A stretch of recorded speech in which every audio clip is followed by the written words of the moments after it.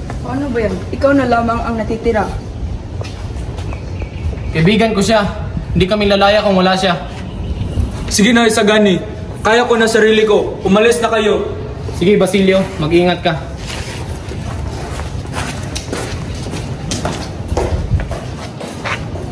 Walang sasakit pa sa kaparusahang malaman mo ang iyong katipan ay patay na.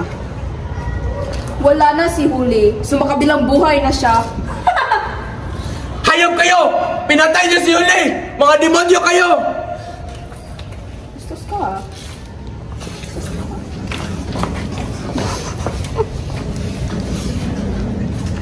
Hindi ka lalabas dito.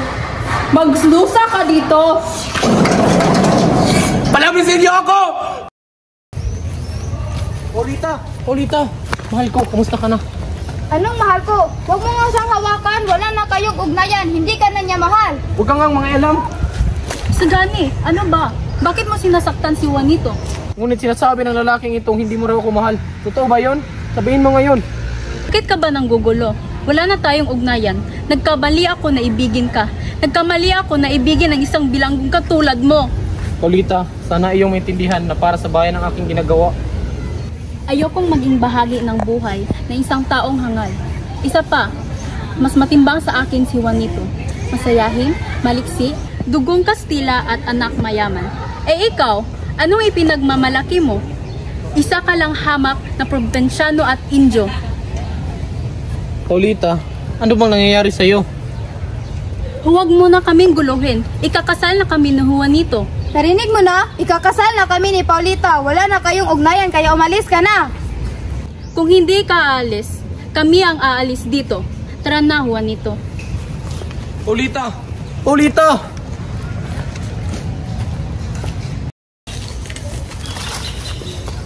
Basilio, anong nangyari sa'yo? Ako isang masamang anak at masamang kapatid. Hindi ko man lang napagtanggol ang aking ina at kapatid sa kamatayan. Ngayon, handa na akong maghigantay para sa kanila, sa mga kapwa ko kasama. Ako'y maglingkod sa mga kapwa ko. Magtatanggumpay na sana ang unang himagsikan, subalit ako noon ay umiibig pa rin kay Maria Clara. Ngayon na siya ay pumanaw na, hindi na akong magtubili pang ibaon sa hukay ang lahat ng mga tampalasang nagdalang paghintay sa aking buhay. Lahat ng inabuso at binaboy, ang aking ama, ang iyong kapatid at ina ni Sina, Crispin at si Sisa. Ang matalik kong kaibigan na si Elias, si Huli, lalo na si Maria Clara. Lahat sila ay ating pinaghiginti. Ito ay iyong pagmagasdan. Ano naman iyan? Ito ang maghuhudyat ng pagsisimula ng madugong himagsikan. Mamayang gabi ay may pagaganap na piging na dadalunan ng maraming marurungis na tao. Ilalagay ang lamparan ito sa gitna ng hapag. Kapag lumamlam ang liwanag, itaas nila ang mitsa na magpapagalaw sa mekanismo sa loob nito ng papasabog sa dinamita. Nitroglycerina? Isang dinamita? Walang buhay na dapat itira. Ang lahat ng dumi ay dapat linisin. At hindi lamang ito basta-basta ang nitroglycerina. Ito ay likha ng mga luhang na ipong at puot na kinikimkim. Kung ganun, hindi na ako kailangan. Iba ang iyong gagawin. Pagkarinig ng putok ay lalabas ang mga artilyero at iba pang kinasundo ko noon. Pumunta ang lahat sa lugar na kinaroroonan ni Cabezang Tales sa Santa Mesa. Sabay-sabay na susugod ang lahat. Magkakagulo at dalhin sila sa bahay ni Quiroga dahil doon kaming anak ang baril at pulbura. Kami naman ni Cabezang Tales ay susubukang agawin ang tulay. Mamamatay ang lahat ng mahihina, ang lahat ng hindi handa. Lahat? Kahit yung mga walang laban? Oo, lahat! Lahat mga Indio, Mistiso, Insik, Kastilang duwag. Kailangang magsimula muli. Mula sa mga dugong dadanak ay sisibula ang bagong lahi. Isang bagong lipunan na hindi, kahit kailan, ay hindi na magpapaapi. Subalit, ano naman ang sasabihin ng daigdig sa mga pagpatay na yan? Ang daigdig ay papalakpak. Tulad ng pagpalakpak nila sa European nung patayin ang anga-angon ng Indio sa mga Amerika. Kung sa bagay, ano naman sa akin ang pumalakpak man sa akin o hindi ang daigdig kung ang daigdig naman ay wala naman tingin sa mga api at mahihirap. gusto ko marinig mula sa iyo. Tama lang talaga na ikaw ang aking piliin. Heto ang isang baril. Sa ganap na ika-alas 10 ng gabi na magtungo ka sa simbahang San Sebastian para sa huling tagubilin. Sa ganap na ika-9 naman ng gabi, dapat na lumayo kayo. Malayong malayo sa Antiloge. Hintayin ko si Basilio. Hanggang mamaya! Makikipagkita si Paulita kay Isagani ng patago upang magpaliwanag siya. Isagani? Isagani? Isagani? Isagani, kailangan kong umuwi ng Maynila. Kailangan kong sundin ng aking siya. Nais niya akong ipakasal sa iba. Sundin mo ang iyong siya. Kahit alam mo, napawasak natin yan. Yun ang dapat kong maging buhay, Isagani. Ngunit ang aking buhay. Ayaw kong matulad sa ibang babae, Isagani. Ayaw kong matulad sa pinag-uusapan nilang si Maria Clara. Kung sinunod na lamang niya ang kanyang ama at ninong, sana ay buhay pa siya ngayon. May mga anak na at mapayapang namumuhay sa San Diego. Yun ang nais kong buhay, Isagani. Yun ang pangarap ko simula bata pa lang. Nang nakakabulag. Ngunit sa buhay na tinatahak, hindi ko natatamasa sa iyo. Patawad at paalam, mahal ko.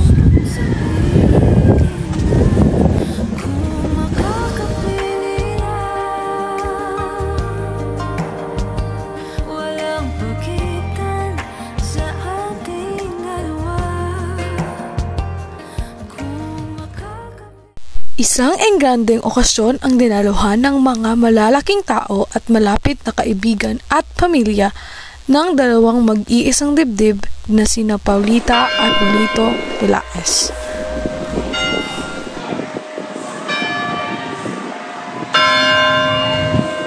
Ang ganda-ganda talaga ng aking pamangkin, manang-mana sa tiya, magnifico.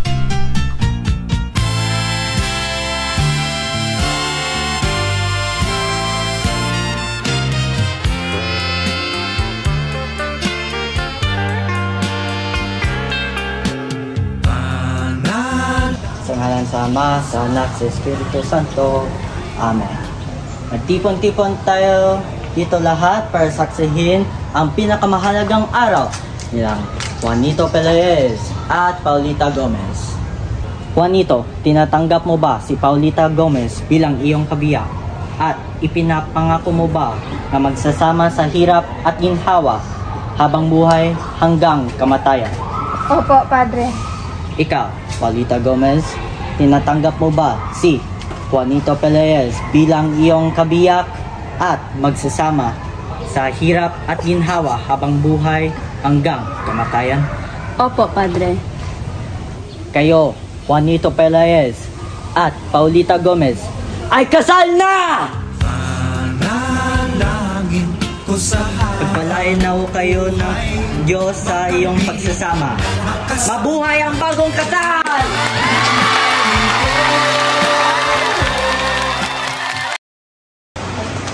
Magandang gabi, tuloy lamang kayo. Narito na pala ang bagong kasal.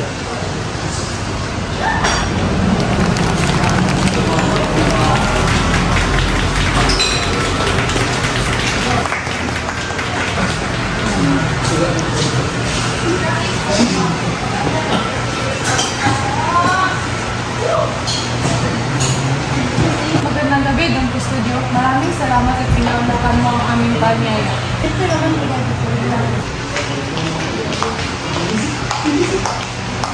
Don Simon, buti at nakarating kayo. Pinapati ko kayo ni Paulita. Ito, regalo ko para sa inyong dalawa. Naku, nag-abala pa kayo doon, Simon. Maraming salamat po. Ang ganda ng lampara. Bakit hindi mo lagay sa gitnaan ng hapagkainan? Mabuti pa nga, sayang naman ang kagandahan. Sige nga, Paulita. Gusto ko sana magtagal pero meron ko akong isang kliyente na dapat asikasuhin. Ganun po ba? Sige, maraming salamat po sa pagpunta.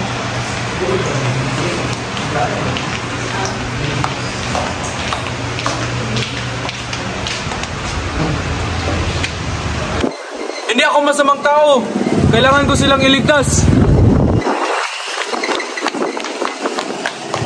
Bawal na pumasok dito. ginagawa mo? Kailangan lang. Nanganganib ang kanilang buhay. Nakainom ka ba? Sabi na hindi pwede. Huwag kami madali. Ang lampara nakasindi na. Isagani, anong ginagawa mo dito? Halika, lumayo tayo dito sa bahay na ito. Bakit naman ako lalayo? Gusto mo ba mabuhay? Merong lampara dyan na may dinamita sa loob. Pag yan sumabog, mamamatay tayong lahat. Hayaan mo na akong makita siyang muli sa huling pagkakataon dahil bukas sa iba na siya. Ipagpapil na ito. Anong ibig sabihin nito? Ano? Pero mga pangalan dito, si Manny, si Cesar Pares, at si Crisostomo Ibarra. Oh? Sino si Crisostomo Ibarra? Si Ibarra? Buhay si Ibarra? Isang taong matagal ng patay. Ito'y masamang biro. Hindi kaya minumulto na tayo? Padre Salve, nakilala mo ba ang lagda ng iyong kaibigan? Siya nga, totoo nga. Ang lagdang ito kay Crisostomo Ibarra. Hindi kaya ang ibig sabihin nito ay papatayin tayong lahat ngayong gabi? Padre Irene, nawawala na ang ilaw ng lampara. Itaas mo ang mitsa. Magnanakaw!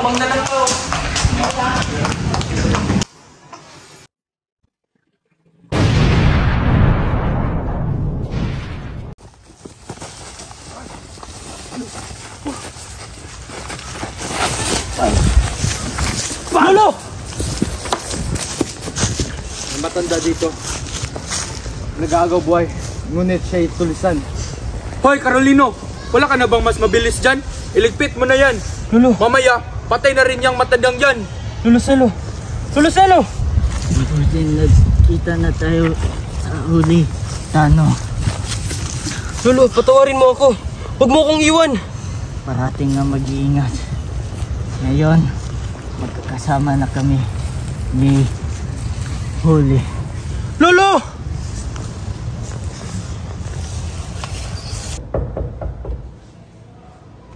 Ginoong Simon, ano nangyari sa'yo? Nahihirapan ka po ba, Ginoong Simon? Konti lamang. Subalit sa sandali, ang tatapos ng aking paghihirap. Diyos ko, anong ginawa mo sa iyong sarili? Wala nang lunas sa lasong aking ininom. Hindi ako magpapadakip. Patay oo, buhay hindi. May paraan pa. Pahanap ako ng lunas. Wala nang mangyayari. Nag-aaksaya lamang kayo ng panahon. Mamamatay ako ng aking lihim. Dala. Lihim? Oo. Ako ay si Crisostomo Ibarra. 13 taon ang nakaraan mula nung ako'y bumalik mula sa pag-aral sa Rayopea upang gumawa ng mabuti para sa bayan at pakasalan ng aking iro na si Maria Clara. Subalit, lahat ito ay nasira at nawala dahil man sa kasalanan hindi kong ginawa. Tapos ako dala ang kayamanan ng aking mga magulang. Nagpayaman at bumalik upang maghiganti sa mga nangapi sa akin.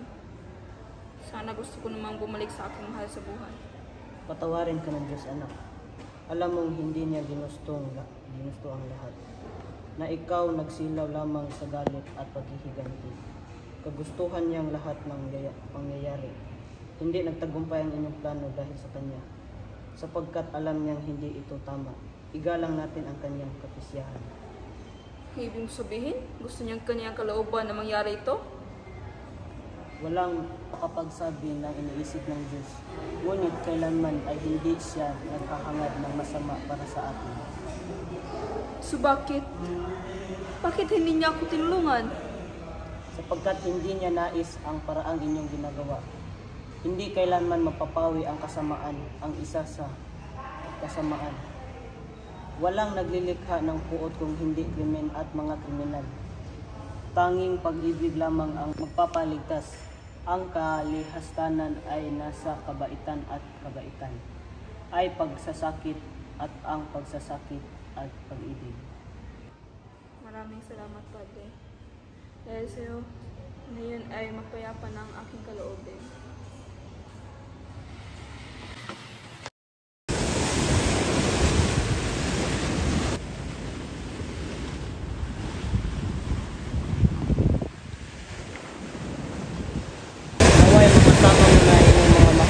buhay sa paraisong hindi ka na magtutulog.